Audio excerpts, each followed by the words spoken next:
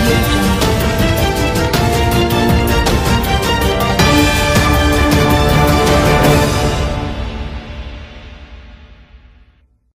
तर आपण या परिसरातील लोकांची आता मतं जाणून घेतोय. काय वाटतंय तुम्हाला आणि कसं काय वाटतंय? मग काय दादा तुमचं नाव काय?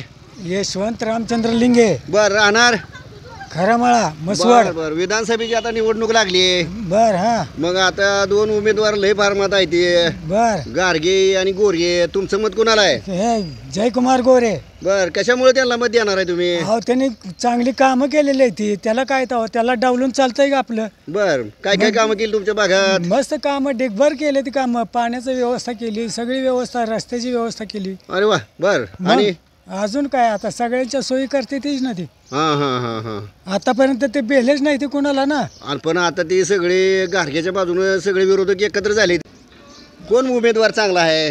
जयकुमार गोरे भाऊ. कशामुळे चांगला आहे? काय वाटते कशामुळे मतं द्यायची त्यांना? अहो त्यांनी कामं केली तिथे, रस्त्याचे पाण्याचे प्रश्न सोडले, ते सगळं कामं केली तिथली मधली. बर त्यामुळे त्यांनाच मतदान आपलं मान असणार. तालुक्यात कोणाची वार आहे? मान तालुक्यात वार आहे जयकुमार गोरे भाऊ. एकट्याच वार आहे? हा एकट्याच वार आहे. आणि मग गारग्याचं काय?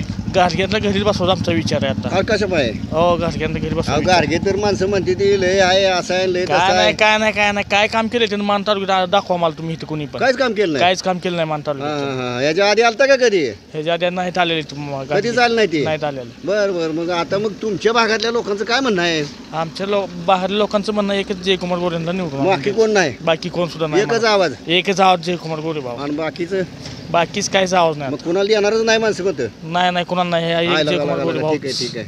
हा. Okay okay. तुमचं नाव काय म्हणला तुम्ही? विक्रम रघुनाथ कोल्हे. बर बर काय करता? काय नाही असं निवांत असतो. होय बर ओके.